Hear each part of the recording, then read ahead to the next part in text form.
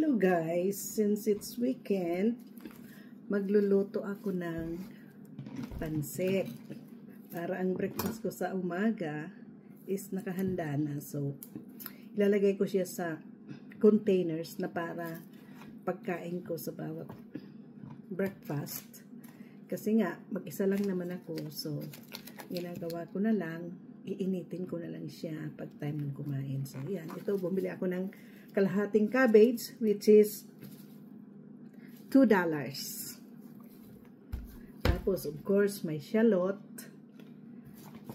sibuyas, at may celery.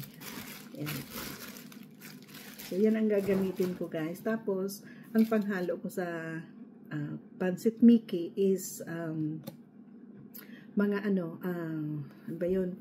Squid, yung squid balls, chicken, meatballs, ganon. Yun ang ihalo ko. And then, yung itlog ng pugo. Kasi nagbili din ako. So, yun ang ihalo ko, guys. So, tara. Maggayat na tayo.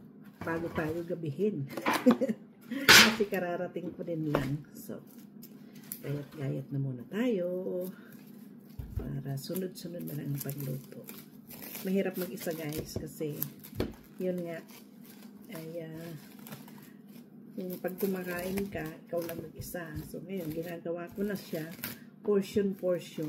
Nalagay ko na siya sa Tupperware para yun ang kakainin ko everyday. Kahit sa ulam, ganun din, guys. So ito na siya. Hindi ko siya ubusin kasi maliit lang naman yung balot ng Mickey. So, itatabi ko yung kalahati. Kasi hindi naman maganda yung masyadong ang daming cabbage na halo. So, yan. Hindi ko na siya lagyan ng carrots kasi naubusan na. Sarado na ang mga tindahan kasi it's already 5 o'clock. Sarado na. Kahit takbuhin ko man, hindi na ako bubuksan. Kasi nga, hanggang 5 o'clock lang sila open pag weekend. Pero yung ibang tindahan, guys, siya, nagbubukas siya till, tulad ng Maxi, I think till 9, ang bukas na.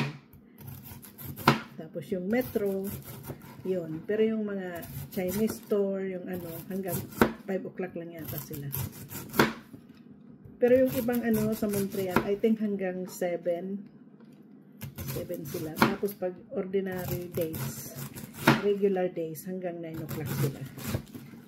So, in-check pa ba? Magpalugi. Siyempre. Diba? So, ayan. Okay, see, ang dami niya na, oh. Kaya ko kampi. Hindi pa siya ubos. Meron pa.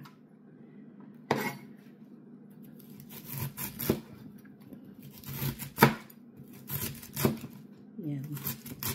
So, good morning sa mga nanonood dyan. Kasi dito hapon, 5 o'clock. So, dyan sa Pilipinas is 5 o'clock na in the morning. So, yung iba gising na, naghahanda na ng mabaunin, lalo na yung mga nagtatrabaho. Kaya, good morning sa inyo. Hopefully, wala nang lindol or wala nang bagyo dyan sa inyo ngayon. So, yan guys, madami din siya. So, tama na yan. Kalahati ng kalahati. 1/4, kumbaga. 1/4 ng ng binili ko. So, gayatin ko lang yung munang mga kailangan ko pagluto para diretso na. So, ganyan ang buhay nang walang katulong. Pag sa Pinas, meron tayong tagaluto, meron tayong tagalaba. Dito, gagawin mo lahat kasi mahal ang per hour dito ng mga katulong. Kaya nga kami, diba, nagkatulong dito para lang kumita. Malaking kita ng mga cleaning dito, guys. Kaya, alam ko yung iba, sasabihin, nasa abroad, kukuskus ng kubeta. Ay wala akong pakialam, basta kami may kita at nakakatulong tayo sa kapwa. Hindi yun sa ano. Kasi dito, ang ganyang trabaho is, ano siya, kumbaga, professional service yan, guys. So, hindi mo kailangan, hindi mo kailangan, sa atin lang naman, ang mga tao sa atin is, yung parang bang, minamata lang porque nandito sa abroad, sasabihin, katulong lang. Eh, ano kung katulong? At least, nabibili mo yung kailangan mo, at maganda yung kita. Huwag ka lang maging tamad. Talagang, kung matipid ka na hindi ka magarbo na makakaipon ka ng milyon sa Pilipinas sa bangko mo.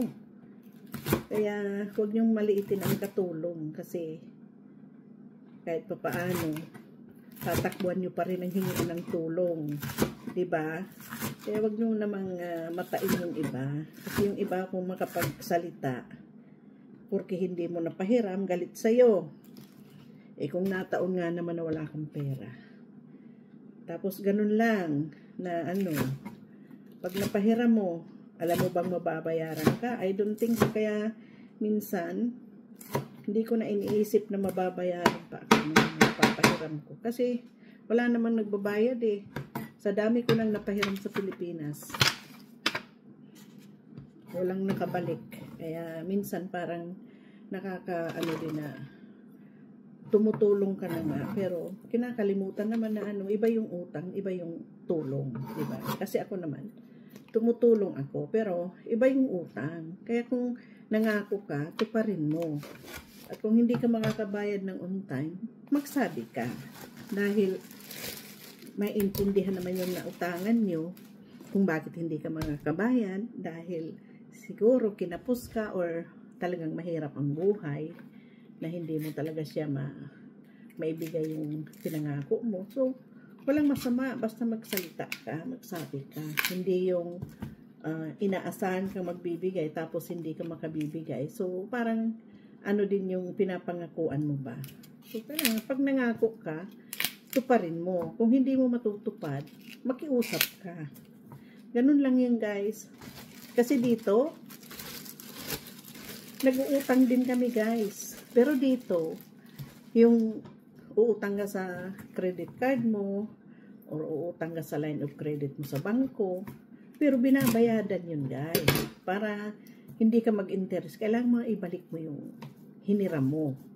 Hindi mo paabutan ng isang taon. Kaya kung halimbawa, may ibabayad ka rin lang, pwede mong gamitin ang iyong credit card na hindi ka mag-interest, hindi ka pa sa ibang tao, hindi ka pa hihingi ng pabor sa ibang tao.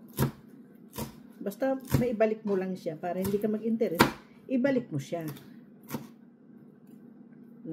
Kasi dito parang walang interest ka ng before a month na mabayaran mo yung credit card mo.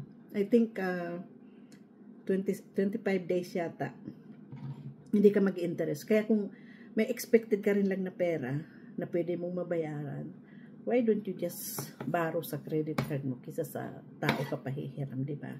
Kasi minsan sa tao, masakit sa loob yung sasabihan ka, anytime lapit ka lang kung kailangan mo. Tapos pag lalapitan mo na, ang dami lang sa dahilan na kesyo, kasi kababayad ko lang ganito, kahapon, nahuli ka na, ganito. So, para hindi ka na sama yung loob mo, ginawa ka ng sariling paraan. Naranasan ko rin yan, guys, na pinangakuan ako na, lalo na yung nag-apply ako dito noon sa Canada, interview ko na, meron akong kamag-anak. Kamag-anak ko yun sabi niya, punta ka lang pag paalis ka na. So, siyempre ako naman naniwala. So, sinabihan ko na, sabi ko, interview ko na sa ganitong araw. So, yung pinangako mo na, sabi ko sa'yo, hihiram ako in case na kailangan ko ng interview na, papamanila ako. So, kailangan ko ng pera, siyempre pamasahe. Noon, talagang taghirap noon. Kaya, umiiyak ako noon nang pinuntahan ko na ang sinabi pa sa akin, nahuli daw ako ng pagpunta, nakabigay na daw sila sa ganito, ganyan. So, talagang ang sama ng loob ko na umiiyak ako na pauwi. Tapos, hindi ko talaga makalimutan yun guys nung nag-a-apply pa ako. Kaya, alam ko yung, ano ng mga tao na, yung naranasan nila ng gano'n na, nagkikimkim ng grads. Ako naman, hindi naman ako nagalit. Sa ko lang siguro talagang ganun lang, wala sigurong pera din or nangako siya pero wala naman talaga siya sa yung talagang sa loob niya na talagang tutuparin niya. So kaya hindi ko na ina-expect. Kaya sa akin ang ko kung may naghihiram sa akin, inaano ko siya kung utang. Kung hindi mo mabayaran ng buo, kahit installment, ako pa ang nagtatawad, kahit installment kung hindi nyo maibibigay, pwede kong kunin installment. Ako pa ang nagbibigay ng leeway, pero ang hindi ko maintindihan sa iba, ako na nga ang nagbibigay ng sabi ko magbayad ka kung meron ka ng pambayad, okay lang. Hindi ko talaga pinu-force na, uy, magbayad ka na, aawayin ko na, hindi. Kasi dinaanan ko din yung guys na ako'y nagipit, nangungutang din. So, alam ko rin yung pakiramdam na pag sisingiling kang wala kang mabayad, mangyak-ngyak ka dahil wala kang ibayad. So, sa akin is talagang mahirap na ganun ang nangyayari na yung natin is yung pinapangakuan tayo tapos hindi naman natutupad. So, sa akin, nakalimutan ko na yun. Ko lang, na pag naalala ko lang, medyo nasasaktan din ako, pero napatawad ko na rin yung ganun na pangyayari. Kaya, kinalimutan ko na yan. Kaya lang, siyempre, pag naalala mo, medyo nasasaktan ka pa rin. Pero, hindi na. Pinatawad ko na yung may nangyaring ganun na naggawa sa akin na ganun. So, yun lang. Wala namang masama. Kasi pag hindi ka magpatawad sa may kasalanan sa'yo, ikaw rin may stress kasi hindi ka makatulog, kumbaga. Dahil siyempre isipin mo, galit mo. Kaya ako, pag tapos na. Kaya, kita nyo naman. Daanin na lang sa Kasi wala rin. Hindi mo ikaka-success yung may galit ka sa kapwa. Kaya, kalimutan mo na lang. Patawarin na lang. So, kung walang maibabayad, okay na yon, naitulong mo na yon. So, huwag ka na magtanim ng sama ng loob. Yan ang maganda sa buhay. Diba? So, ang dami na nating dami ko nang nasabi sa inyo habang nagagayat ako ng ihalo ko sa pansit. Ayan, tapos na. So, anyways, thank you for watching, guys. And, yung mga hindi pa nakasubscribe, please do subscribe. And, see you in my next video. Thanks for watching. Ciao!